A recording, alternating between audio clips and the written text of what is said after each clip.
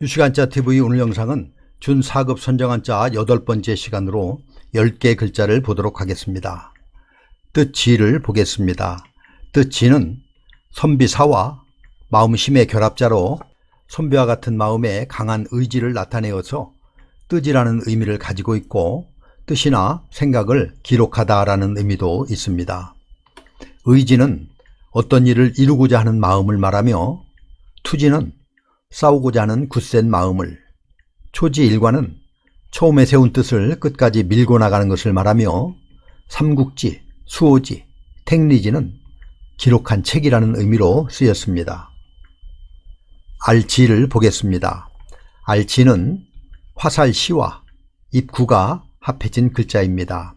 안다는 것은 화살이 관역을 맞추듯 정확하게 입으로 말할 수 있는 능력이다 라는 의미로 알다, 나타내다, 주관하다 등의 뜻이 있습니다. 알지에 나릴이 더해진 지혜지는 아는 것이 나날이 더해져 지혜가 된다는 의미로 지혜를 뜻하고, 알지는 지식을 의미한다고 생각할 수 있습니다. 지식은 알고 있는 내용이나 사물을 말하며, 온고지시는 옛것을 익히고 그것을 미루어 새것을 안다는 의미입니다.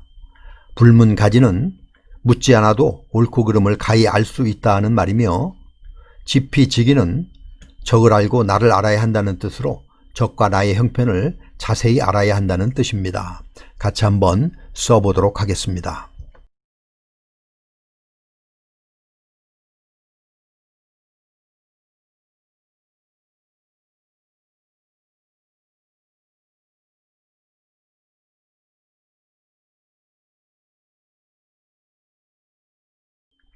종이지를 보겠습니다. 종이지는 실사와 성씨 씨가 합해진 글자입니다. 나무를 재료로 만들기 이전에는 대나무를 쪼개서 만든 죽간이나 비단으로 만든 천을 종이 대신 사용하여 기록을 했습니다. 그래서 종이지에 실사가 들어가게 되었고, 실을 핵심으로 만든 종이라는 의미입니다. 한나라 때 나무로 종이를 만들게 되면서 이를 한지라고 불렀고, 우리나라에서는 한지라고 불렀습니다. 종이라는 의미입니다.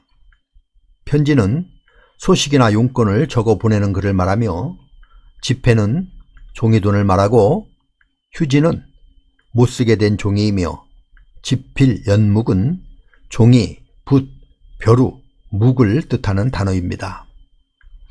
참진을 보겠습니다. 참진은 비수비와 솥정이 합해져서 만들어졌습니다. 솥정이 글자에서 붓으로 사용될 때에는 이렇게 조개 패와 같은 모양으로 사용이 되는데, 여기에서는 모양이 조금 변해서 쓰였습니다. 비수비는 날이 예리하고 짧은 칼을 말하는데 끝이 뾰족한 숟가락을 뜻하기도 합니다. 솥정은 획수가 좀 많기는 해도 글자 자체가 붓수인 제붓수인데요, 주로 청동으로 만든 큰 솥을 말합니다. 다리가 셋인 큰 솥을 잘 그려 놓았는데, 다리가 셋인 이유는 고르지 않은 땅에서도 쉽게 서 있을 수 있기 때문입니다. 청동솥은 왕이나 제후만이 소유할 수 있는 권력의 상징이었으며 제사 때 주로 사용이 되었습니다. 이런 모양의 솥입니다.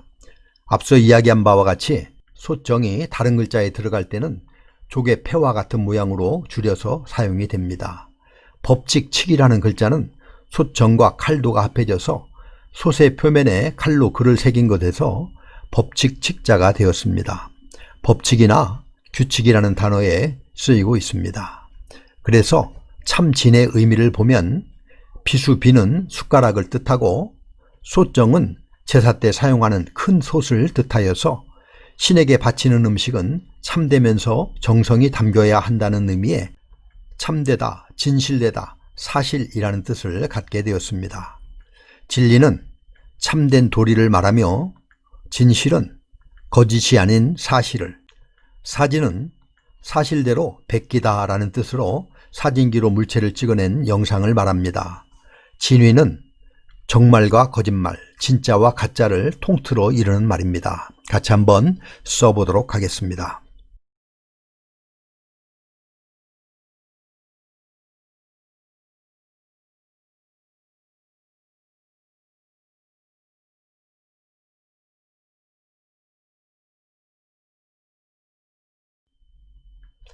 바탕질을 보겠습니다. 바탕질은 도끼 근이 두 개가 모인 모탕 은과 조개 패가 합해진 글자입니다. 모탕이란 나무를 패거나 자를 때 받쳐놓는 나무 토막을 말합니다. 도끼질을 할 때 많이 필요한 물건이죠. 조개패는 조갑의 모습인데 옛날에 귀한 조개인 만호조개 껍질이 화폐로 쓰였기 때문에 돈이나 재산, 재물 등의 의미를 갖게 되었습니다. 그래서 바탕질은 모탕은과 조개패가 합해져서 돈과 같이 가치 있는 것의 밑받침이라는 의미로 바탕이라는 의미와 저당이나 담보의 의미로 쓰였습니다. 또 물건을 저당 잡힐 때 저당물의 품질이 중요했기 때문에 품질이라는 뜻도 생겼습니다. 본질은 본래부터 가지고 있는 사물 자체의 성질이나 모습을 말하며, 체질은 몸의 성질이나 몸의 바탕을 의미하고, 질권은 저당 잡을 권리를 말하며, 물질은 물체의 본바탕을 말합니다. 버금차를 보겠습니다. 버금차는 원래 두 이와 하품흠의 결합자입니다. 두 이는 침이 튀는 모습이고 하품흠은 입을 크게 벌린 모습입니다. 입을 크게 벌리고 침이 튀기도록 말을 하는 모양을 그린 모습입니다. 예의 바른 최선의 행동이 아니라 그 다음 가는 행동이라고 해서 버금, 다음, 순서 등의 뜻이 되었습니다.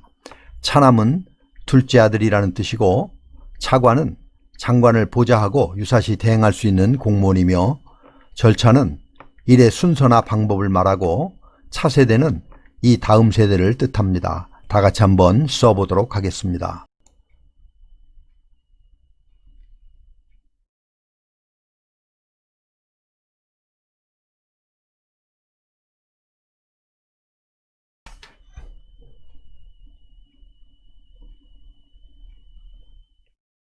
허락할 허를 보겠습니다.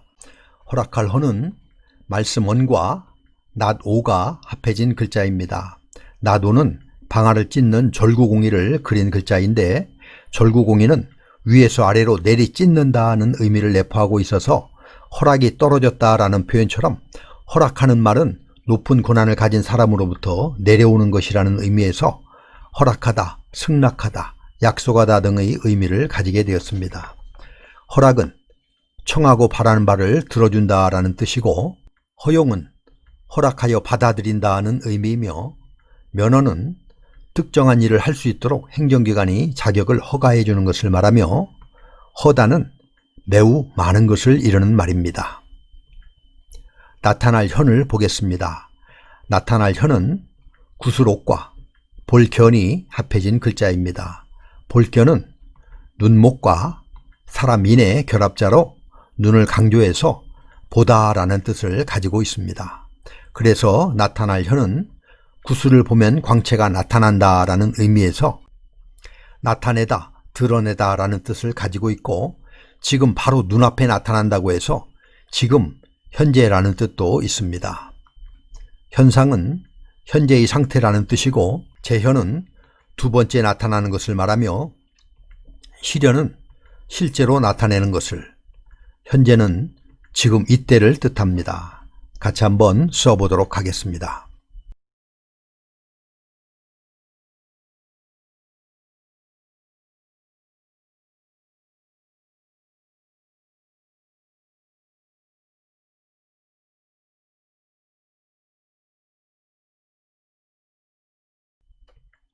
좋을 호를 보겠습니다.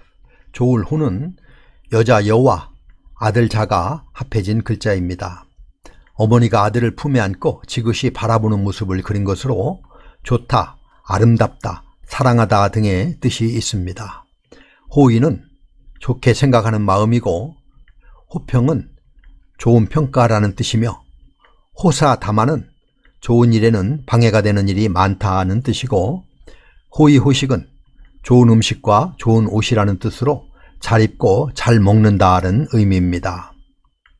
가르칠 훈을 보겠습니다. 가르칠 훈은 말씀원과 내천이 합해진 글자입니다. 시냇물이 위에서 아래로 흘러내려가는 것처럼 가르침도 경험과 지식이 많은 윗사람에게서 아랫사람에게로 내려온다는 의미입니다. 가르치다, 인도하다, 훈계 등의 뜻을 가지고 있습니다.